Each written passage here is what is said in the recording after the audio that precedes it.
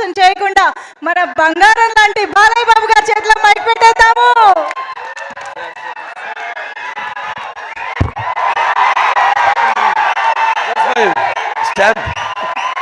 అందరికీ నమస్కారం.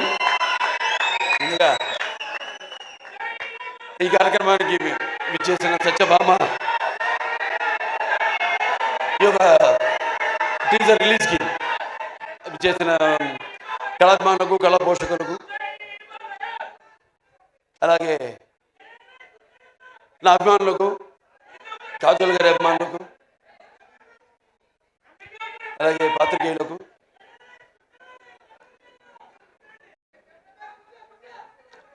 మొన్నటితో election canvassing అయిపోయింది. వచ్చా షూటింగ్ మొదలు పెట్టేద్దామన్న మంచి ఊపిలో వచ్చాను. ఇప్పటిదాకా షూటింగ్ మొదలు పెట్టలేదు. సరే, దాంతో ఈ యొక్క ఫంక్షన్కి రావడం ఒక రకంగా ఏదైతే నేను ఈ 45 రోజులు 50 రోజులు మిస్ అయ్యాను అది కెమెరాని, ఇవాళ ఈ ఫంక్షన్ ద్వారా దాన్ని తీర్చుకుంటున్నందుకు చాలా సంతోషంగా ఉంది. ఎవరో మాట్సు నిర్మాత బాబీ టిక్కా గారు, అలాగే శ్రీనివాస్ గారు అండ్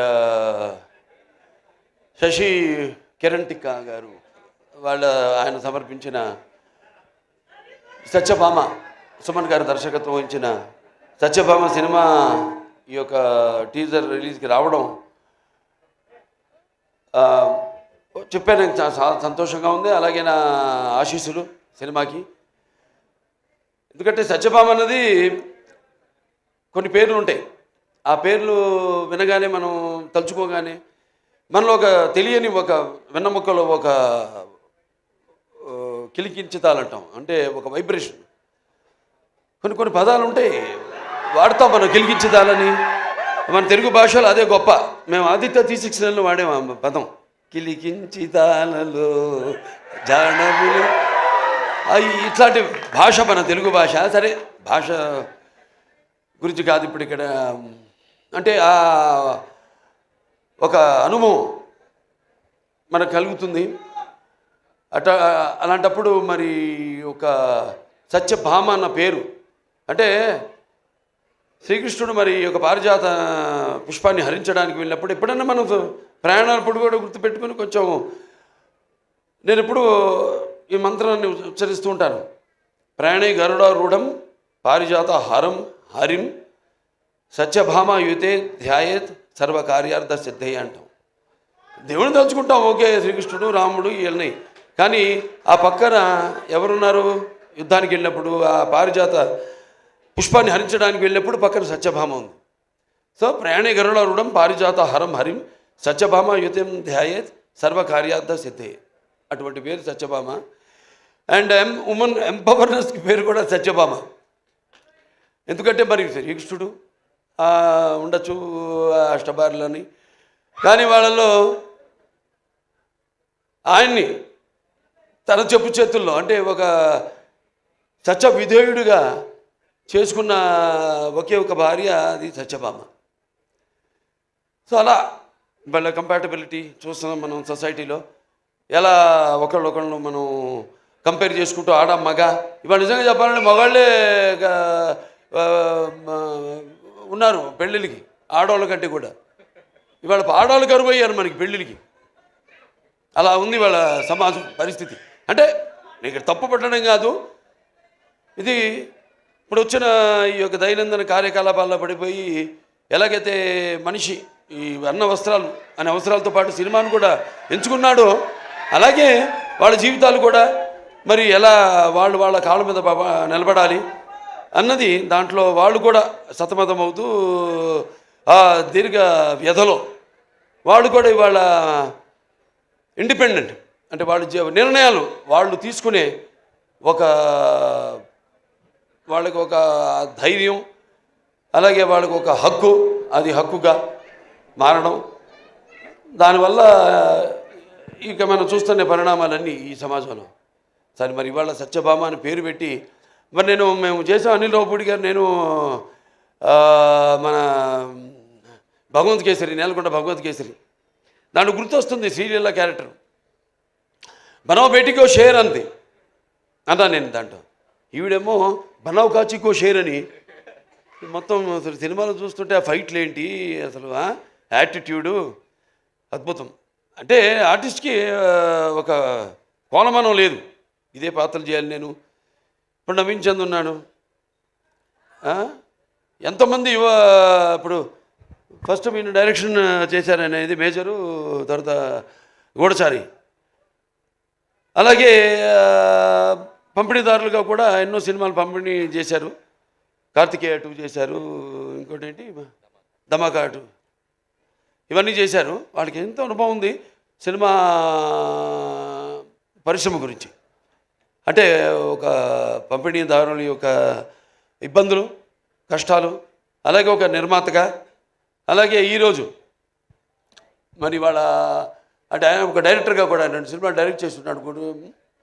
సో అలా అన్ని కలబోసి ఇవాళ ఒక సంస్థగా ఏర్పడి ఔరం ఆర్ట్స్ ఈ సత్యభామ అనే సినిమాని నిర్మించడం తప్పకుండా మరి వాళ్ళకి ఇంత అనుభవం ఉంది కాబట్టి తప్పకుండా అనుభవంతో రంగరించి మన ఉగాది పచ్చడిలాగా అన్ని నవరసాలను రంగరించి ఈ సినిమా తీసే ఉంటారు. డెఫినెట్గా పిక్చరు ఈ సినిమా మంచి ఘన విజయం సాధిస్తుంది అన్న నమ్మకం నాకు ఉంది. ఎందుకంటే టీం వర్క్ అలా ఉంది. ఇక్కడ మరి కెమెరామెన్ విష్ణు చూస్తున్నాం అంటే నేను ఎప్పుడు కెమెరామెన్కి ఇంపార్టెన్స్ ఇస్తాను ముందు.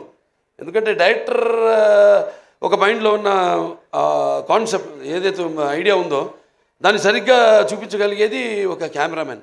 నేను కెమెరామెన్ అవుదాం అనుకున్నా మొదట్లో. అంటే అన్నిట్లో ఒక అన్నిటి మీద నాకు అవగాహన ఉండాలి, అన్ని క్రాఫ్ట్స్ మీద అన్న ఒక దృష్టితో. అలాగే ఎడిటర్ చాలా ఇంపార్టెంట్ సినిమాకి. అలా ఒక్కొక్కళ్ళు అలా మరి శ్రీచరణ్ గారి సంగీతం, అప్పుడప్పుడు పాటలు కూడా పాడుతూ ఉంటా. మామా ఇక పెగ్గిలా అలాగే ఇంకా చాలా పాడాను కానీ ఉన్నాయి అనుకోండి, ఇంకా వస్తే బయటకు వస్తే నెమ్మదిగా ఒక్కొక్కటి. సో ఇలా అలాగే ప్రేక్షకులు ముందుగా ముఖ్యంగా ప్రేక్షకులు ఎంత అద్భుతమైన ప్రేక్షకులు ఉన్నారు ఇక్కడ. ఇవాళ మనం తెలుగు ఇండస్ట్రీ, ఇవాళ మనం భారతదేశ చలనచిత్ర రంగంలో చూసుకుంటేనే ఇవాళ మనం మొదటి స్థానంలో ఉన్నాం మనం, తెలుగు చలనచిత్ర రంగం. సో ఇవాళ నారద జయంతి కూడా, నారద మహాముని, ఆయన గురించి ఎవరు మాట్లాడుకోరు కానీ ఒకటి మాత్రం చెప్పగలుగుతాం, నాసం వాహమి వైకుంఠేనా. అంటే ఈ యొక్క నాన్నగారు అన్ని పాత్రలు చేశారు, ఆయన చేయని పాత్ర లేదు. కానీ నారదుడు ఒక్కడు చేయలేదు ఆయన.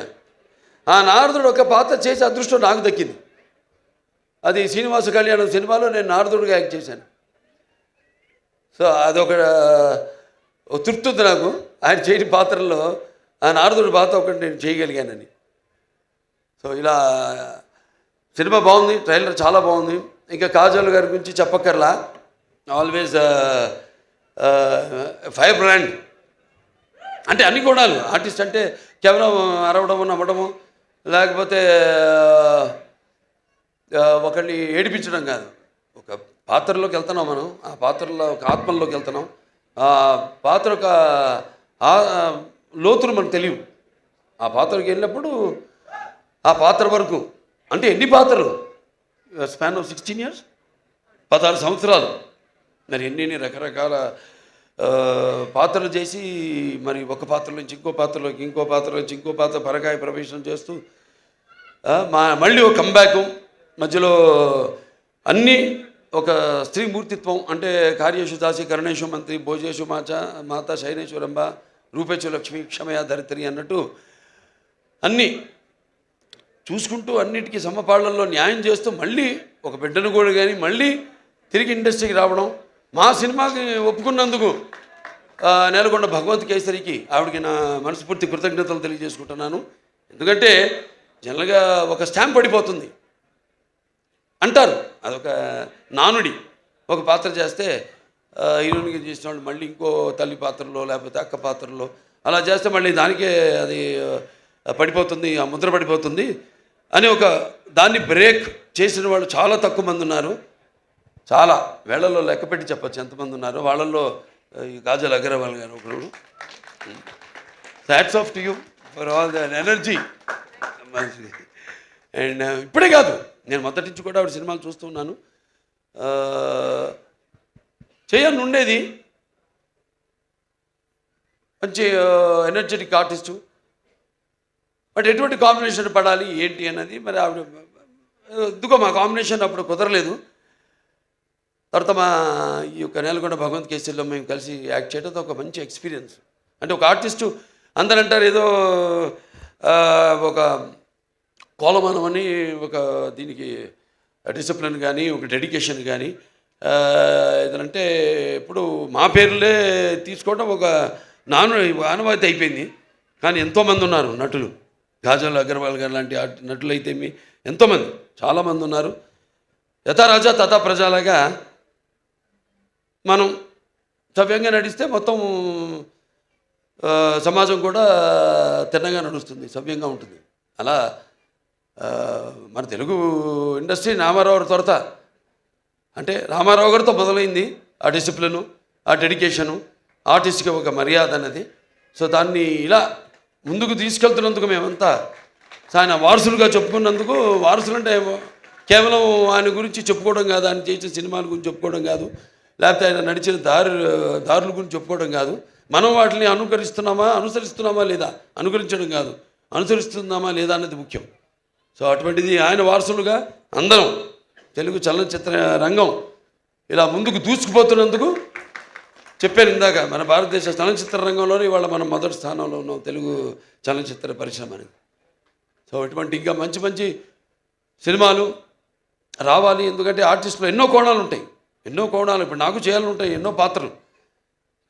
నాన్నగారు ఎప్పుడు ఒక 20 సంవత్సరాల ముందు ఆలోచించి సినిమాలు చేసేవారు ఆయన. అప్పుడు ఆడకపోవచ్చు ఆ సినిమాలు, కానీ ఇవాళ అవి బంగారు గుడ్లు పెట్టే బాతు, కనక వర్షం కురిపించే సినిమాలు అవన్నీ. సో అలా ఎప్పుడు మనం ముందు నేను ఇంకా కొట్టుకెళ్ళగలుగుతున్నానంటే అంటే ఒకటి ఉంది హిందీలో, ఈవిడేదో తెలుగులో చెప్పిన డైలాగు, ఇది కभी गिरना भी अच्छा है अपना औकात का पता चलता है जब कोई आगे बढ़ते उठाने को अपनों का पता चलता है जो जिसे गुस्सा होता है वो अच्छे होते हैं और जो झूठ बोलते हैं उसको हमेशा हंसते हुए देखा है. అలా సమాజం అటువంటిది. సరే మన సినిమాలు మనం కొట్టుకెళ్ళడం, ఇంకా మంచి మంచి సినిమాలు ఇవ్వడం, ఇటువంటి మీలాంటి ప్రేక్షక దేవుళ్ళు ఉండగా బ్రహ్మాండంగా ఇటువంటి ఒక్కొక్క సినిమా విజయానికి వెన్ను తట్టుతూ మళ్ళీ ఇంకా ముందు ఇటువంటి మంచి సినిమాలు ఇవ్వండి అని ప్రోత్సహిస్తున్న మన తెలుగు ప్రేక్షకులకు ఒక ప్రత్యేకత. ఇవాళ ఆ ప్రత్యేకత తెలుగు ప్రేక్షకులే కాదు, యావత్ భారతదేశమే తల వంచింది మన చలనచిత్ర పరిశ్రమకు, మనం ఇచ్చే సినిమాలకి, మనం ఇచ్చే సందేశాలకి. సో మరొకసారి ఈ యొక్క హారర్ మార్ట్స్ నిర్మాతలు మన బాబీ టిక్కా గారికి, అలాగే శ్రీనివాస్ గారికి, అలాగే శశికిరణ్ టిక్కా గారికి, అందరికీ మొత్తం యూనిట్ సభ్యులందరూ కూడా నా అభినందన తెలియజేసుకుంటున్నాను. సినిమా రేపు చూస్తారు మీరు తప్పకుండా. నేను చెప్పాను అంత పంపిణీదారులుగా, నిర్మాతలుగా, ఒక దర్శకుడిగా ఆయన కానీ ఇవన్నీ కలబోసి రంగరించి ఈ సినిమాని మీకు ఇస్తున్నారు. తప్పకుండా డెఫినెట్గా బాగుంటుంది ఈ సినిమా. జూన్ 7న విడుదలవుతుంది ఈ సినిమా. చూడండి, అందరూ చూడండి తప్పకుండా. అండ్ మా కాజల్ ఉంది సినిమాలో కాజల్ అగర్వాల్. సో ఆ డెడికేషన్ అన్నీ మొత్తం అసలు అంటే ముందు వచ్చే తరానికి ఒక ఆదర్శం. సో అందరూ కూడా తప్పకుండా భగవంత్ కేసరి సినిమాలో ఏ కాజల్ని అయితే అగర్వాల్ గారిని అయితే మీరు చూశారో, ఇప్పుడు దీంట్లో మనం చూస్తున్నది టోటల్గా అసలు ఆవిడేనా అన్నట్టుగా ఉంది. సో డెఫినెట్గా ఇవన్నీ యాడ్ అయ్యి ప్లస్ అయ్యి అన్నీ అందరూ మొత్తం సాంకేతిక నిపుణులు అందరూ కూడా వాళ్ళ పనితనం కనిపిస్తుంది అక్కడ. ఒక సంగీత దర్శకుడు అయితేనేమి, ఒక సాహితీ రచయిత అయితేనేమి, లేకపోతే పాడిన వారు అయితేనేమి, వాళ్ళ గొంతును అలాగే అందరూ కెమెరామెన్ అయితేనేమి ప్రతి ఒక్కరు వాళ్ళ పనితనం కనిపిస్తుంది. ఈ సినిమా తప్పకుండా విజయవంతం కావాలి, అవుతుంది. సో మరొకసారి నన్ను ఈ సినిమాకి ఈ ట్రైలర్ రిలీజ్కి ముఖ్య అతిథిగా రామినీల్ లవపూడి గారితో పాటు కలిపి పిలిచినందుకు నా కృతజ్ఞతలు తెలియజేసుకుంటున్నాను. ముఖ్యంగా అందరికీ, నా అభిమానులకి, కాజల్ అగర్వాల్ గారి అభిమానులకి అందరికీ, పాత్రికేయులకి అందరికీ కూడా నా కృతజ్ఞతలు తెలియజేసుకుంటూ నేను సెలవు తీసుకుంటున్నాను. Thank you so much Balayya Babu గారికి. బాలయ్య బాబు గారు వచ్చి బ్లెస్సింగ్స్ ఇచ్చారు అని అంటే బొమ్మ బ్లాక్ బస్టరే. సో June 7th సత్యభామ అన్ని రకాల ఇమోషన్స్తో మనల్ని అలరించడానికి మన ముందుకు